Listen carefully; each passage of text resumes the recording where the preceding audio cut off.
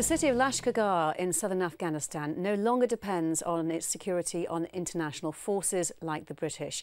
But boosting economic self-reliance is equally important to stability. So how do you start up a business in one of the country's poorest regions, which has very few banks? Rob Olver investigates. Driving through Lashkar Gah, the shops that line the Helmand capital streets may not look much to Western eyes, but here they're a mark of progress.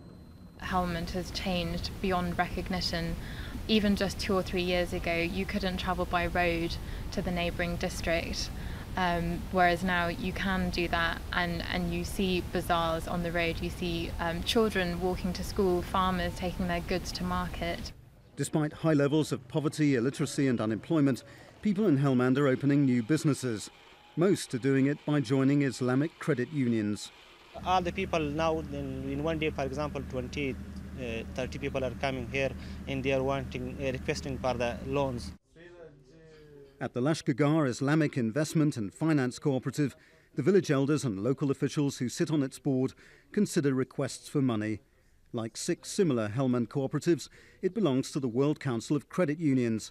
It was started with British and US government aid, but now operates independently. A growing number of people are said to be approaching the cooperative for help. Overwhelmingly, they're involved in agriculture or businesses associated with farming. At $3,000, the average loan is several times a typical Afghan family's annual income. Ashji Sadakan is a village tribal chief. He says he knows many people who've borrowed to buy seeds and fertilizer or cattle that they've later sold at a profit. This man used his loan to buy a shop.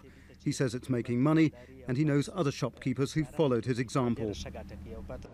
Whatever their enterprise, borrowers have to become credit union members, and tribal and religious leaders decide who joins. Islamic law strictly forbids interest payments, but there is an administration charge. And the credit unions are not only helping men create wealth. Layoma runs a tailoring business and is one of more than 500 Helmand women to secure loans. Because she's repaid on time, she says, she can now borrow larger sums. Since the end of 2007, Helmand cooperatives have distributed $4.5 million to nearly 14,000 people. Across Afghanistan as a whole, microfinancing of this kind is said to have created 46,000 jobs. That's 46,000 people who are in employment who may otherwise be part of the insurgency or just walking the streets, not contributing to the local economy. And if peace is the key to prosperity, the reverse can also be true. As international combat forces prepare to leave, ordinary people generating their own wealth is considered crucial to Afghanistan's long-term stability. Rob Olver, Forces News, Lashkar Gah.